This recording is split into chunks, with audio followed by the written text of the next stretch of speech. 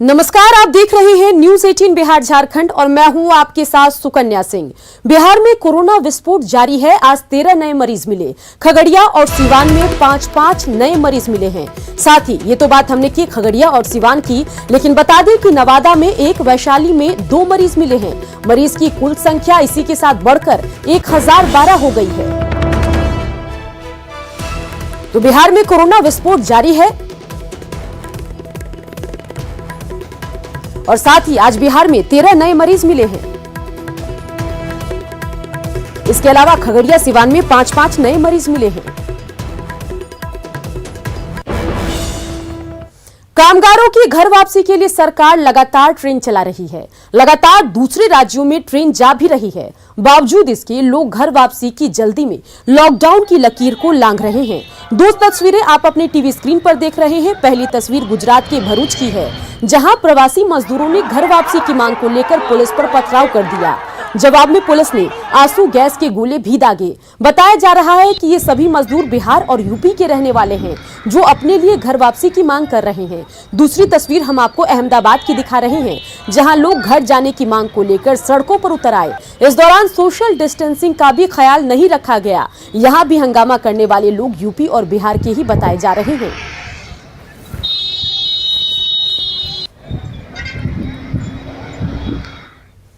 Corona बंदी के दौर में प्रवासी मजदूरों और कामगारों के बिहार लौटने का सिलसिला जारी है। कई लोग ट्रेन से तो कई खुद का इंतजाम कर बिहार पहुंच रहे हैं। इन सब के बीच कोरोना पॉजिटिव मरीजों की संख्या बेतहाशा बढ़ रही है, लेकिन मजबूरी और परेशानी के दौर में नियमों का पालन नहीं करना बेहद खतरनाक साबित हो रहा है।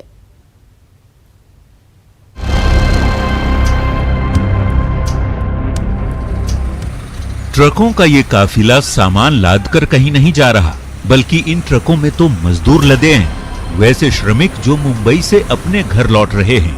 ये तस्वीरें रोहतास जिले के नेशनल हाईवे की हैं। कोरोना बंदी में मुंबई के कारखाने बीते 1.5 महीने से बंद पड़े हैं। ऐसे में रोटी की आफत से परेशान इन मजदूरों ने परिवार संग घर लौटना ही मुनासिब समझा, भले ही रिस्क लेना पड़े। कोरोना से तो बच भी सकते हैं, भूख से तो नहीं बचेंगे ना, मरना ही पड़ेगा, दूसरा कोई ऑप्शन नहीं है। रिस्क लेके चलना ही पड़ेगा हम लोगों को, मजबूरी है हम लोगों का। तो ट्रकों पर आप लोग चल रहे, उस पर भी रिस्क है? रिस्क है, लेकिन किसी तरह घर पहुंच गए तो बचने का तो चांसेस रहेगा ना सर। किस्मत के मारे ये ऐसे लोग हैं जो ट्रकों और कंटेनर को भाड़े पर लेकर पहुंचे हैं। भीषण गर्मी में परिवार और बच्चों संग जा रहे इन मजदूरों की स्थिति समझी जा सकती है। लोगों ने चेहरे पर मास्क तो लगा रखा है, लेकिन भेड़ बकरियों की तरह ठूंस कर ट्रकों में बैठे लोगों की ये तस्वीर मजबूरी पर कहीं भारी न पड़ जाए। क्या करें, मजबूरी है जो चलना पड़ रहा है। यहाँ से हम लोग घर पहुँचते हैं तो घर पे तो 2 टाइम का खाना मिलेगा, अगर वहाँ रहेंगे तो हम लोग को क्या मिलेगा, वहाँ पे भूखा मर जाएंगे। करेंगे क्या, मजबूरी है, ये बात तो समझ आती है, लेकिन ऐसे हालात क्यों हैं? क्यों स्थानीय प्रशासन की ओर से क्वारंटीन सेंटर की व्यवस्था नहीं की गई? हाँ, अधिकारी बयान देकर पल्ला जरूर झाड़ रहे हैं, लेकिन वो डिफरेंट जगह पे रहने के कारण थोड़ी सी स्थिति नाजुक हो जा रही है कि कोई किसी व्यक्ति को जो झारखंड जाने वाला उसको यहाँ पे उतार देंगे तो फिर उसके साथ समस्या हो रही है, उसको भेजा कैसे जाए। तो इस स्थिति में जैसे ही कोई कम्युनिटी बनती है तो हम लोग उसको भी पॉजिटिवली टेकअप कर लेंगे। ये हाल तब है जब प्रवासियों के लौटने के साथ ही बिहार में कोरोना पॉजिटिव मरीजों की संख्या में लगातार इजाफा हो रहा है। यदि आंकड़े की बात करें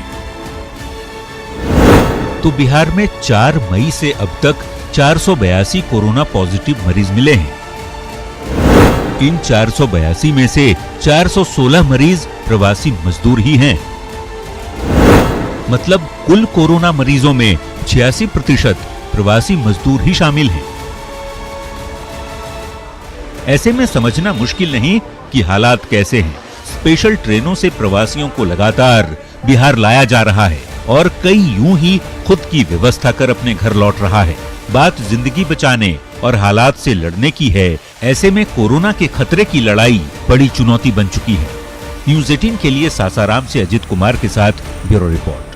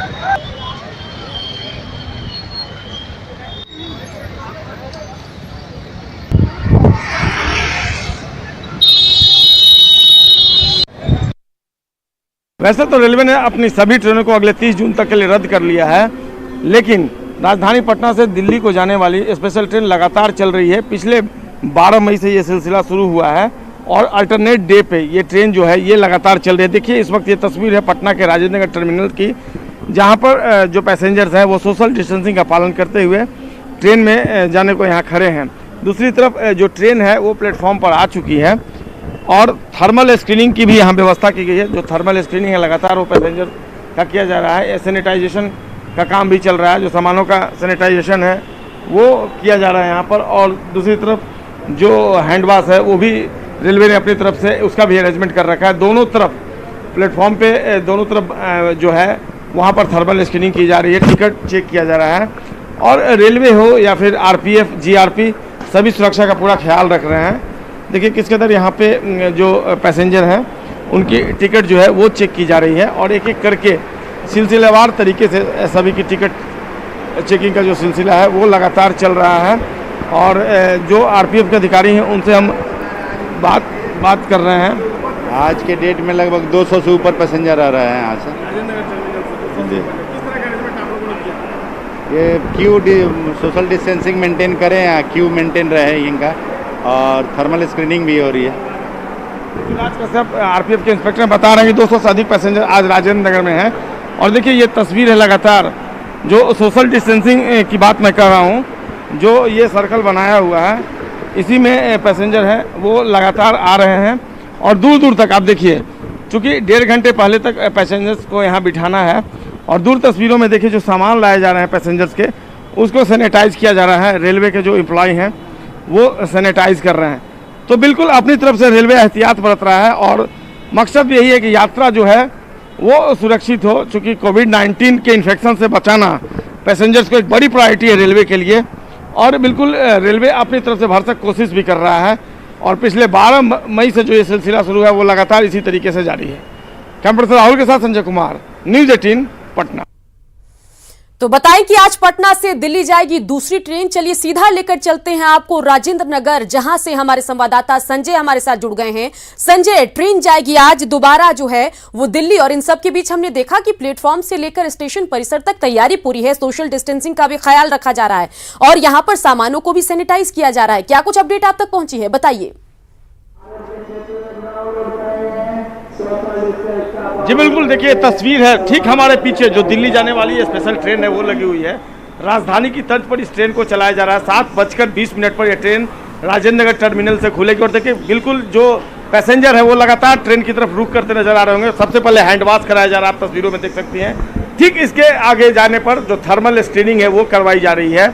इसके आगे बढ़ने पर टिकट की चेकिंग हो रही है। तो लगातार पिछले कई घंटों से ये सिलसिला चल रहा है, 1 से 1.5 घंटे से। और जो रेलवे है अपनी तरफ से पूरी एहतियात बरत रहा है। अगर किसी पैसेंजर्स को कोई फिजिकल कॉम्प्लिकेशन हो या फिर वो अस्वस्थ दिखता है तो जो यहाँ पर डॉक्टर्स हैं उनको तत्काल रोक रहे हैं और फिर प्रॉपर चेकिंग के बाद ही उनको भेजा जा रहा है। देखिए अब क्यू में अभी भी जो पैसेंजर हैं वो दोनों तरफ से लगे हुए हैं और लगातार ये पिछले कई दिनों से, पिछले 12 मई से ये सिलसिला जारी है। जो रेलवे के अधिकारी हैं उनसे आज राजेंद्र कितने पैसेंजर्स हैं? आज 168 लोगों की बुकिंग है जो कि राजेंद्र नगर से बोर्ड करेंगे। इसके अलावा जो हम लोगों ने पटना में जो भीड़ भाड़ हो रही थी और लोगों को कम समय मिल पा रहा था, उसके लिए हम लोगों ने यात्रियों की सुविधा के लिए पटना के जो भी पैसेंजर जिनकी टिकट बुकिंग वहाँ से हुई है उनको बोर्डिंग के लिए यहाँ पे अलाउड किया है। दोनों तरफ से वहाँ भी ट्रेन रुकेगी, लेकिन वो चाहे तो यहाँ से भी बोर्ड कर सकते हैं। यहाँ पे चूँकि रेक लगी हुई रहती है तो सीधे वो अपने बर्थ पे जा करके बैठ सकते हैं, जो AC उसमें है और इस गर्मी से निजात पा सकते हैं। क्या नाम है? Ashok Kumar, senior studio.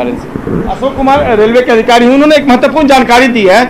चूंकि पटना जंक्शन पे ट्रेन महज 10 मिनट रुकने का जो समय निर्धारित किया गया उसको देखते चूंकि कम समय और पैसेंजर्स अधिक हो जाते हैं, तो ऐसे पैसेंजर्स अगर चाहें तो वो राजेंद्र नगर टर्मिनल जहां से ट्रेन खुलती है वहां चले आएंगे और फिर वो यहां से भी बैठकर जा सकते हैं। एक महत्वपूर्ण जानकारी ऐसे पैसेंजर्स के लिए जो स्पेशल ट्रेन से दिल्ली को जाते हैं, जो रेलवे अधिकारी उन्होंने इस बात की जानकारी दी। लेकिन एक समस्या जो है उसको मैं शेयर करना चाहूँगा। रेलवे ने जरूर ट्रेन चला दी है, लेकिन अभी भी जो आम यात्री हैं जब इस प्लेटफॉर्म पे पहुंचते हैं यहाँ आने के बाद, चाहे वो दिल्ली से आते हों या फिर पटना ट्रेन पकड़ने आते हो, तो उन्हें ये जरूर असुविधा हो रही है। क्योंकि कम्युनिकेशन का कोई कह सकते हैं कि साधन नहीं है, न तो कोई प्रॉपर तरीके से ऑटो चल रहा है, बस चल रही है या फिर ई रिक्शा चल रहा है। तो ऐसे में जो पैसेंजर्स प्लेटफॉर्म पर आते हैं दिल्ली को, उन्हें भारी परेशानी झेलनी पड़ती है। जिनके पास अपने साधन नहीं हो तो उन्हें कह सकते हैं काफी जद्दोजहद के बाद ही ट्रेन पकड़ने को मिल पाते हैं। तो ये एक परेशानी बिल्कुल है। संजय, पटना से तो ट्रेन दिल्ली पहुंचा रही है, लेकिन अपने घरों से, अपने जिलों से पटना पहुंचना मुश्किल हो रहा है क्योंकि लोकल पब्लिक ट्रांसपोर्टेशन का कोई साधन नहीं है, जैसा कि आपने जिक्र किया। तमाम जानकारी के लिए संजय आपका शुक्रिया। कोरोना के कहर से जूझ रहे बिहार को बाढ़ और कटाव की बड़ी समस्या झेलनी पड़ सकती है। कोरोना संक्रमण के चेन पर ब्रेक लगाने के लिए लॉकडाउन लगाया गया, लेकिन लॉकडाउन ने बाढ़ पूर्व तैयारियों पर ब्रेक लगा दी। आखिर क्यों बिहार पर मंडरा रहा है बाढ़ का खतरा? देखिए न्यूज़ 18 की ये एक्सक्लूसिव रिपोर्ट। बशीर बद्र ने सही कहा है, अगर फुर्सत मिले पानी की तहरीरों को पढ़ लेना। हर एक दरिया हजारों साल का अफसाना लिखता है। जी हाँ, ये वही गंडक नदी है जो हर साल एक कहानी छोड़ जाती है। हम बात कर रहे हैं उत्तर भारत में प्रत्येक साल आने वाले बाढ़ के कहर के बारे में। इस साल जल संसाधन विभाग को 4 परियोजनाओं को बरसात से पहले पूरा करना था, लेकिन कोरोना बंदी के कारण काम नहीं हो पाया। बाढ़ से पूर्व कराए जाने वाले मुख्य कार्यों में क्षतिग्रस्त बांध की मरम्मत, गंडक नदी के गर्भ से मिट्टी की कटाई और गंडक बराज के फाटक बदलने का काम अधर में है। 4 योजनाएं थी जो कटाव निरोधक कार्य करने थे। ये चारों के चारों कार्य नेपाल भूभाग में पड़ता है और 26 मार्च को तक हम लोग 24 मार्च तक हम लोगों ने जो काम किया, उसके बाद से लॉकडाउन हो गया नेपाल में और मेरे चारों कार्य जो है वहाँ बाधित हो गए। रह गई बात गंडक बराज के फाटक का, तो 3 फाटक जो है उसका गेट तैयार है, 29 नंबर, 31 नंबर और 34 नंबर। ऐसा है कि एक गेट को बदलने में करीब 1 से 1.5 महीना लग जाएगा और अब जो है गेट बदलने का समय संभवतः नहीं है। 15 जून के बाद बरसात शुरू होगी और नेपाल की ओर से तेज जलधारा को नियंत्रित करने वाले नेपाल सीमा पर स्थित वाल्मीकि नगर गंडक बराज के 3 जर्जर फाटक का संचालन नहीं हो सकेगा। लिहाजा जल स्तर में वृद्धि के बाद उत्तर बिहार में बाढ़ का बड़ा खतरा मंडरा रहा है। बाढ़ की भयावह स्थिति उत्पन्न न हो, इसके लिए बिहार सरकार को जल्द से जल्द 4 परियोजनाओं को पूरा कराना होगा, वरना आनिस मुइन की उक्ति सच होते देर न लगेगी। वो जो प्यासा लगता था सैलाब ज़दा था, पानी पानी कहते कहते डूब गया है। न्यूज़ 18 के लिए बगहा से मुन्ना राज की रिपोर्ट। अब जरा खबर को समझिए कि बिहार पर तबाही का खतरा क्यों मंडरा रहा है और इस पर मुकम्मल तरीके से ध्यान नहीं दिया गया तो क्या क्या खामियाजा उठाना पड़ सकता है। तो नेपाल बॉर्डर सील होने के कारण काम ठप है। गंडक बराज के 3 जर्जर फाटकों को नहीं बदला जा सका है। फाटक बदलने का काम अधर में है। 15 जून के बाद बिहार में बारिश शुरू हो जाती है। बाढ़ का बड़ा खतरा उत्तर बिहार पर मंडरा रहा है क्योंकि लॉकडाउन है और बाढ़ से बचाव का काम जो है वो रुका हुआ है। कोरोना का गहरा असर भागलपुर के सिल्क बाजार पर पड़ा है। सिल्क उत्पादन से लेकर इसका निर्यात तक सब कुछ प्रभावित है। हालात ऐसे हैं कि बुनकरों के सामने अब रोजी रोटी की समस्या आ गई है।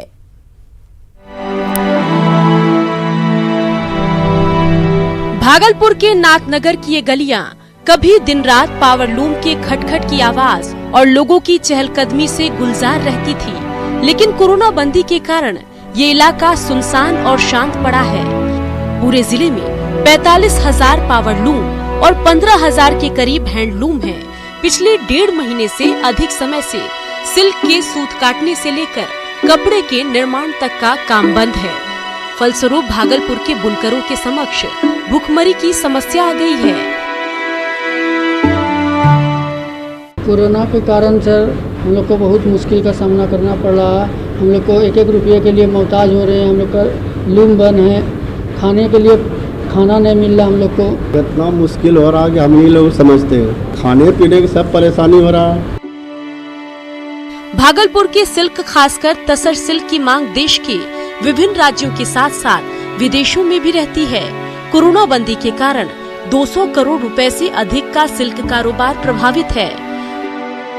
जितना काम ऑर्डर चलता था उससे 15%, 10% ऑर्डर चलता है। 90% ऑफ एक्सपोर्ट में जितने भी लोगों के पास प्रोडक्शन किया हुआ माल है, जो ऑर्डर उनका पड़ा हुआ है, जो ऑर्डर उनका बन के पूरा हो गया है, वो करीबन 220 करोड़ रुपए का इनके पास माल पड़ा हुआ है। बहरहाल समय रहते सरकार और उद्योग विभाग ठोस पहल नहीं करेंगे तो टेक्सटाइल इंडस्ट्री पर इसका व्यापक असर देखने को मिलेगा। न्यूज़ 18 के लिए भागलपुर से राहुल ठाकुर की रिपोर्ट। और इन सब के बीच अहम खबर आपको बताएं, जहां लगभग 50 दिनों की बंदी के बाद पटना के तमाम रेस्टोरेंट की होम डिलीवरी का निर्देश जिला प्रशासन की ओर से दिया गया। इसके साथ ही राजधानी में लोगों की डिमांड पर भोजन की होम डिलीवरी की व्यवस्था की जा रही है। हमारे सहयोगी रवि एस नारायण ने ऐसे ही एक रेस्टोरेंट का जायजा लिया।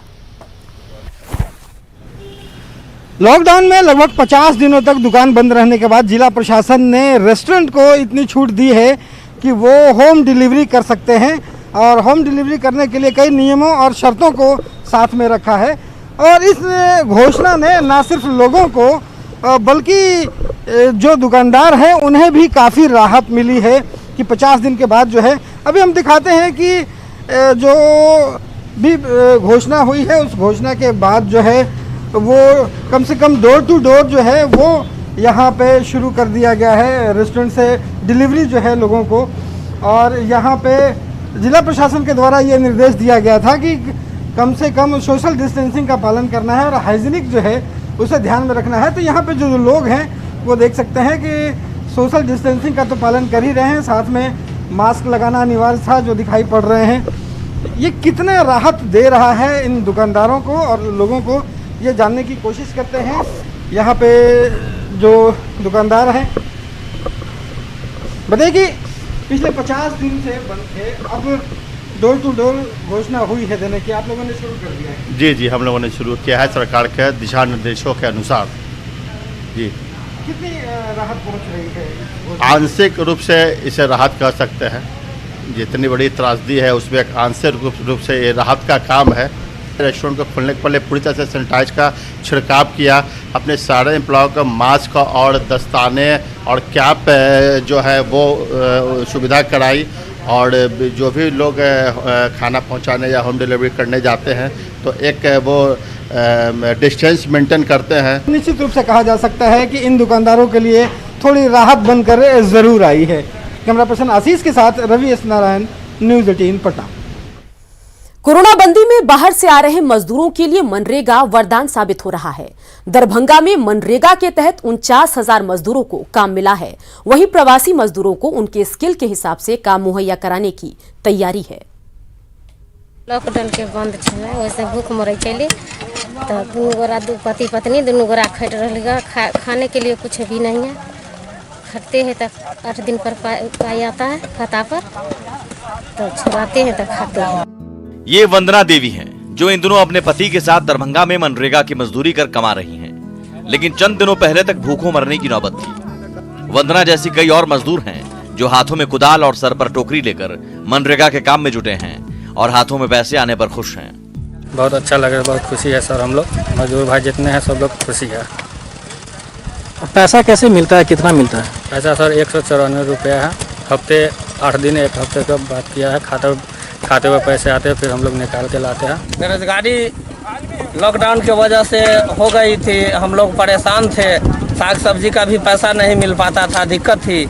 इस अकाल में काम शुरू हो गया तो हम लोगों को मजदूरी मिला, बहुत अच्छा लग रहा है। हम लोग खुश हैं काम करके। मजदूरों से काम लेने के दौरान सोशल डिस्टेंसिंग और सुरक्षा मानकों का भी ख्याल रखा जा रहा है।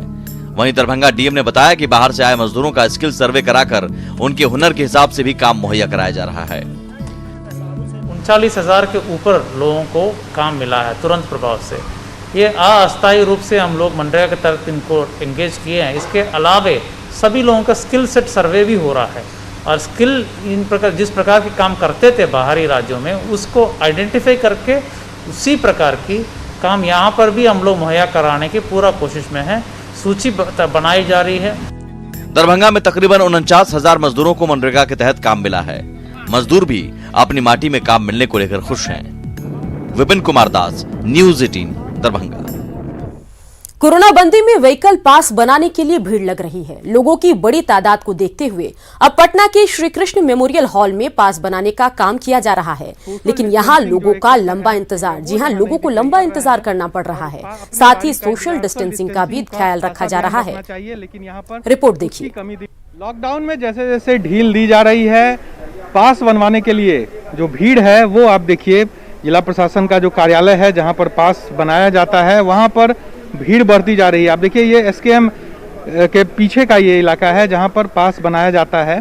क्योंकि भीड़ ज़्यादा होती है तो इसलिए अब इस जो जहाँ पास बनता है उसको यहाँ शिफ्ट किया गया है। और आप देखिए भीड़ कितनी ज़्यादा है यहाँ पर, सभी लोग यहाँ पर पास बनवाने आए हैं। और सबसे बड़ा है कि देखिए सोशल डिस्टेंसिंग जो एक सबसे अहम चीज़ है वो यहाँ नहीं दिख रही है। भीड़ आपाधापी में यहाँ पर जो पास बनवाने के लिए लोग पहुँच रहे हैं पहले जाने के को लेकर, यहाँ देखिए किस तरह से सोशल डिस्टेंसिंग की धज्जियाँ उड़ रही है। साथ ही साथ भीड़ आप देखिए इधर भी आपको मैं एक बार दिखाना चाहूँगा किस तरह से लोग जो हैं वो बैठे हुए हैं, घंटों यहाँ पर इंतज़ार कर रहे हैं। 9 तारीख को अप्लाई किए हैं, परसों फ़ोन गया था तो आज आए हैं, 9:30 बजे सभी हैं। अभी तक हमको फॉर्म भर के लौटा दिया गया है, बोला आपका फॉर्म यहाँ पर नहीं है। सर मैं यूपी से हूँ पर यहाँ पटना में फंसा हुआ 2 महीने से। पास के लिए आए थे? जी पास के लिए आया। क्या बोल रहे हैं आप? सर अभी वो कह रहे हैं फॉर्म होगा, फॉर्म भरो पहले फिर कॉल आएगी। जब तक मैंने फॉर्म भरा हुआ अभी तक कॉल आई नहीं है कोई। पटना सुल्तानगंज से है, मेरी बच्ची आई है कलकत्ता से, जाना चाह रही है। तो 13 तारीख को फॉर्म भरा था, एक्सेप्ट हो गया था यहाँ। अभी इसको कुछ सुनवाई नहीं हुआ है, लेकिन अभी सर बोली ना कि आप दूसरा फॉर्म भरिए तो हम कर देते हैं। ऐसे में जो जहां पास बन रहा है वहां पर लोगों की कतार आप देख सकते हैं काफ़ी ज़्यादा है। लेकिन सबसे अहम है कि ऐसे में भी आपको सोशल डिस्टेंसिंग का खासा ध्यान रखना चाहिए, लेकिन यहाँ पर उसकी कमी दिख रही है, सोशल डिस्टेंसिंग, और ना कोई फॉलो कराने वाले हैं। तो ये सरकार को इस पर गंभीरता से विचार करना चाहिए और कहीं ना कहीं जो जिला प्रशासन है वो अब पास देने में थोड़ी जल्दी करे, थोड़ी तेजी लाए, इस चीज का इंतजार जो पास लेने यहाँ लोग आए हैं वो कर रहे हैं। कैमरा पर्सन राहुल के साथ साकेत कुमार, न्यूज़ 18 पटना। लगातार चलता रहेगा खबरों का सफर, देखते रहिए न्यूज़ 18 बिहार झारखंड।